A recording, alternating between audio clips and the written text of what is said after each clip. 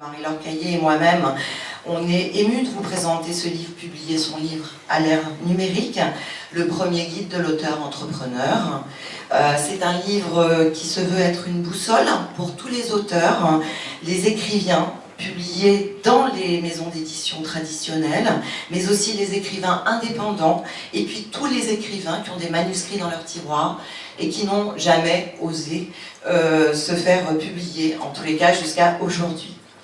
Publier son livre à l'ère numérique, c'est également un symbole très fort, car notre livre, c'est la première fois en France qu'un éditeur de renom, Erol, accepte de publier la version papier d'un livre natif et de laisser la gestion de la version numérique à ses auteurs. Nous avons un rêve.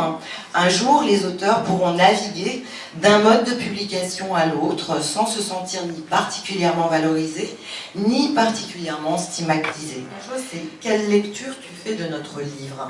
Il arrive maintenant. Alors, je donnerai 3 mots-clés. Le premier mot-clé, c'est réalisme. C'est-à-dire qu'en fait, votre livre a la grande vertu d'être très concret et très réaliste sur l'état de l'édition numérique, sur le marché. Et c'est pas un livre qui va promettre, ou surpromettre tout au moins, aux futurs éditeurs numériques de devenir le futur Musso, de devenir le futur Lévy. C'est très réaliste et ça, c'est une très bonne chose. Et le second point, c'est sa simplicité. C'est-à-dire qu'il est d'un abord très très simple. Je pense que n'importe quel Béotien en matière d'édition peut l'aborder et le lire comme un roman, très simplement, et comprendre tous les tenants, les aboutissants, des premiers maillons de la chaîne jusqu'au dernier, de l'auto-édition. Et ça, c'est une autre grande vertu de ce livre, qui sait rester très très simple, même quand il s'agit d'aborder les notions de réseaux sociaux ou les notions un peu techniques. Ça reste très clair et très... Le troisième, c'est la notion de pragmatisme. C'est-à-dire qu'en fait, c'est un livre qui est très pragmatique, qui est fait pour être utilisé. C'est un outil, ce livre-là, et ça, c'est effectivement, je pense, un ouvrage qui manquait sur le sujet de l'auto-édition. Et donc ces 3 vertus mises côte à côte en font un très bon livre. J'ai écrit mon premier roman il y a quelques années, et lorsqu'il s'est agi de l'éditer, de trouver des lecteurs, j'étais bien embêté. J'ai envoyé une dizaine de lettres à des maisons d'édition, les plus grandes évidemment, parce que j'avais un peu d'ambition. J'ai reçu 10 lettres négatives, et donc j'étais très embêté pour éditer. Il n'y avait pas de livre comme celui-ci qui était sorti à l'époque, et donc ça voulait dire qu'il fallait que je me débrouille seul. Maintenant, les éditeurs, au moins, enfin les auteurs, ils ne vont pas se débrouiller seuls. Ils vont avoir votre livre, et c'est en ce sens qu'il est important. Les auteurs indépendants, mais je ne savais même pas ce que c'était. C'était un autre univers, j'avais aucune ouverture sur cet univers. L'auto-édition, ce qui est extraordinaire, c'est que ça permet à un auteur tel que je suis d'adresser à des lecteurs sur des plateformes son livre, son écrit, et de le partager. Alors qu'avant, il y a une quinzaine d'années, c'était pas possible. Et la notion d'auteur-entrepreneur, elle est pas seulement au niveau financier, mais elle est plus au niveau du management de la vie de son livre. Et là, c'est là toute la différence. Et avec le numérique, effectivement, on a tout l'aspect réseaux sociaux, etc. Mais la vie d'un livre, elle commence bien avant et elle perdure après l'écriture. Et c'est ça, en fait, la grande différence par rapport à ce qu'on pouvait avoir avant au niveau des auteurs qui se faisaient publier directement chez un éditeur. Je continue de le modifier. J'ai cette liberté, donc je le modifie. J'ai rajouté 20 pages au mois de novembre, alors qu'il s'était vendu plus de 2000 exemplaires depuis. Et j'ai pris la note, et ensuite j'ai pris les nouvelles notes. Et bien c'est meilleur. C'est meilleur, et statistiquement c'est bon, j'ai fait pas mal de statistiques avant. Statistiquement c'est bon, j'ai 40 notes nouvelles. Et donc je vais encore le modifier, pour encore l'améliorer, et pour encore faire en sorte de satisfaire les auteurs. L'auteur-entrepreneur, à mon sens, il est effectivement c'est un petit chef d'entreprise, de la même manière que l'auto-entrepreneuriat. La grande différence, c'est que souvent l'auteur-entrepreneur ne fait pas que ça dans la vie. C'est très rare quand il abandonne sa profession. Donc déjà, il doit manager sa vie de façon extrêmement complète. J'ai envoyé à beaucoup d'éditeurs, les plus grands aussi bien sûr, et ceux qui semblaient correspondre à ce que je publie, c'est-à-dire des romans d'amour assez littéraires. Et donc ça n'a pas marché, donc là encore il fallait attendre chaque fois 3 mois pour la réponse. Et j'étais en liaison avec beaucoup d'anciens élèves sur les réseaux sociaux, en particulier sur un réseau social qui était LinkedIn. Et là, j'ai réussi à trouver une ancienne élève qui avait adoré mon premier livre, qui a été en rapport avec la prépa HEC, qui m'a fait prendre contact avec Librinova, donc qui est la maison d'édition qui me publie actuellement et qui est composée d'anciennes élèves HEC. C'est-à-dire que, disons que j'ai corrigé beaucoup de copies pour mes élèves, je me suis donné beaucoup pour eux toute ma vie, et donc là j'ai un bon retour puisque je suis publiée par d'anciennes élèves. Donc, mes bienfaits me sont rendus au centuple, et donc là je viens de publier mon 9e roman chez Librinova, et pour moi c'est merveilleux parce qu'effectivement du coup, j'ai trouvé beaucoup de lecteurs. Il est sans doute plus facile pour un auteur aujourd'hui de trouver un ou plusieurs lecteurs que de trouver un éditeur. Donc ce parallèle entre les deux choses m'a fait dire que cette notion d'auteur-entrepreneur, elle a de l'avenir et elle mérite d'être creusée, mais elle ne mérite pas d'être creusée en faisant abstraction du monde de l'édition tel qu'il existe, parce que justement, il y a plusieurs types d'auteurs et que tout le monde a sa place. J'écris avec beaucoup plus de courage, parce que c'est vrai qu'écrire en se disant qu'on ne va pas trouver de lecteur. Alors Librinova, c'est une plateforme d'auto-édition, c'est-à-dire qu'ils me servent d'intermédiaire, donc je n'ai rien à faire moi qu'à écrire, et eux ils s'occupent de tout.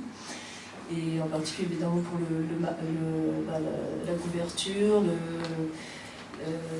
le texte, parce que je ne sais pas du tout ce que c'est qu'un PDF, ni comment on fait un PDF. Donc c'est un très bon intermédiaire. En plus, ce sont des éditeurs, un ensemble d'éditrices plus un jeune homme. Ils sont absolument charmants, c'est-à-dire les relations, tous les auteurs qui sont avec eux sont absolument ravis, parce que parfois on s'accroche un peu avec son éditeur, où on trouve qu'il ne s'occupe pas assez de nous. Surtout ce qui est extraordinaire, c'est la liberté que j'ai pour le texte.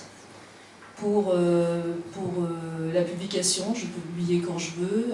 Le texte, c'est moi qui le choisis, parce que j'ai une amie qui publie en édition traditionnelle. On lui a demandé de supprimer tous les adverbes dans son texte. Elle écrit des romans historiques, et ainsi de suite. Donc moi, je dirais qu'en tant que puriste, j'ai publié un roman qui s'appelle La Puriste, en tant qu'amoureuse de la langue française, je ne supporterais pas qu'on m'indiquât ce que je dois écrire. Je me suis dit, tiens, je vais écrire des bouquins pour ce genre d'objet. Et donc ça demandait une écriture très particulière, ce qui est un exercice pour un auteur assez passionnant, parce que ça vous contraint. Je crois beaucoup au fait que la création naît de la contrainte, en fait. Et donc je me suis contraint à écrire un roman en 6 épisodes. Alors, à l'époque, on m'a dit, mais du roman feuilleton, n'importe quoi. Je me suis dit, bah si, ça m'a amusé quand même, un roman feuilleton. Je pensais à des vieux romans feuilletons que je lisais quand j'étais gamin, j'aimais bien. Et en fait, contrainte supplémentaire, chacun de ces chapitres, je t'ai dit, devrait faire, le lecteur moyen lisant à peu près 1500 signes par minute, devrait faire 3000 signes, c'est-à-dire 2 minutes, c'est-à-dire une station de métro, globalement. Donc c'était une contrainte amusante d'écriture, et du coup ça donnait 6 épisodes. Ça s'appelle Wagenier, et ça a cartonné. En fait, c'est un bouquin qui a cartonné. Du coup, je me suis fait repérer par l'éditeur Rajon, dont a parlé Elisabeth, et maintenant, mes bouquins sont publiés chez eux, à la fois en numérique et à la fois en papier.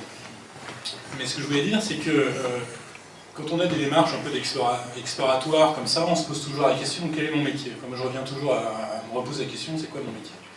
Est-ce que je suis un auteur qui fait des bouquins numériques ou des bouquins papier? Et en fait, j'en suis venu à la conclusion que je n'étais pas un auteur de bouquins, j'étais un raconteur d'histoire, un conteur. Et puis je voyais avec un air très gourmand tout ce qui se passait à côté, à savoir, bah oui, mais si on écrit des bouquins, on peut écrire des scénarios aussi. Si on écrit des scénarios, on peut écrire des feuilletons par mail. Si on écrit des feuilletons par mail, on peut écrire des Twitter fiction. Du coup, ça m'a donné, alors, je ne vais pas rentrer dans le détail parce qu'on n'a pas trop le temps, mais ça m'a donné l'idée de cet univers qui s'est développé peu à peu, notamment sur Twitter, où j'organise des Twitter fiction collaborative avec d'autres auteurs, des lecteurs. Notamment une première qui s'appelle All Sinners, qui est en fait, j'ai imaginé une scène de théâtre numérique avec 54 acteurs dessus qui parlent tous en même temps. C'était quelque chose d'assez intéressant, notamment 2 millions d'impressions sur Twitter, c'était assez phénoménal. Et surtout, c'était une expérience de jeu, puisque du coup, l'écriture est devenue une sorte de jeu, et Minton est devenu un gameplay, et de cette écriture participative qui est devenu quelque chose de très intéressant. Essayons de faire un livre qui, pour une fois, ne va pas opposer l'auto-édition et l'édition traditionnelle, mais au contraire va voir où est-ce qu'il y a des ponts, où est-ce qu'il y a des passerelles, où est-ce que surtout il y a aussi des potentiels qui ne sont pas encore exploités. On en vient à cette notion de raconteur d'histoire. Et dès lors, le raisonnement, la question juridique se pose vite en se disant mais oui, mais à qui appartiennent les droits, comment s'il y a des auteurs qui collaborent, comment ça marche, etc. C'est bien que j'en viens à la conclusion qu'aujourd'hui je raisonne par franchise, c'est-à-dire qu'en fait je crée un univers qui s'appelle Minton. Dans cet univers, il y a des saisons, une par année en général, donc il y en a, je sais pas, peut-être 5 qui ont été déjà créées. Et ces saisons, je vais les segmenter en différents supports de narration, parce que j'aime bien. Donc, il va y avoir le bouquin, il va y avoir le feuilleton, ça je m'en occupe moi-même. Je travaille avec Brajon sur le bouquin. Le feuilleton qui est diffusé par email, je m'en occupe moi-même, besoin de personne pour ça. Je diffuse beaucoup d'informations sur les réseaux sociaux aussi, je fais vivre l'univers comme ça. Vous avez des citations de personnages de Minton qui peuvent dater de 1890 ou de 2075, ça dépend. Et puis la web-série, par exemple, là, effectivement, je travaille, j'ai les droits de la web-série, puisqu'ils m'appartiennent, mais je travaille à chaque fois avec d'autres professionnels. Et là, le métier devient d'autant plus passionnant, c'est qu'on rencontre d'autres professionnels, d'autres passionnés. Le web et l'auto-édition autorisent, enfin je considère que ça m'autorise tous les droits. Je suis propriétaire de mon livre. En ce qui concerne les avis des internautes et le fait qu'ils sont acteurs, en quelque sorte, de mon livre, je l'ai beaucoup fait sur monbestseller.com. Parce que mon best-seller, j'avais des avis commentés. Et donc on me disait, tiens, j'ai moins aimé la deuxième partie, etc. Et je savais que la deuxième partie était moins bonne que la première. Et donc ça m'a incité à me dire, bon, ils le disent, enfin, moi j'avais ce sentiment-là, ils le disent, donc je vais la changer, je vais l'améliorer. C'est que je me dis, bon, j'ai toujours pas des très bonnes notes, donc ce truc-là, ça fait 1 an que je sais que ce truc-là, il faudrait que je le change. Ça fait 1 an que j'ai pas le courage de le changer. Mais là, si je veux améliorer le bouquin, il faut que je m'y mette. Et donc je m'y colle. Et j'améliore le livre, pas en fonction d'un commentaire qui est précis, mais juste en fonction de la note. Et je me dis, il y a encore ce truc-là à améliorer, je sais que c'est au fond de mon cerveau, et maintenant je m'y mets. Et c'est comme ça que je fonctionne. Mais vous avez raison. Alors la question, c'est de savoir quand est-ce qu'il y aura une fin.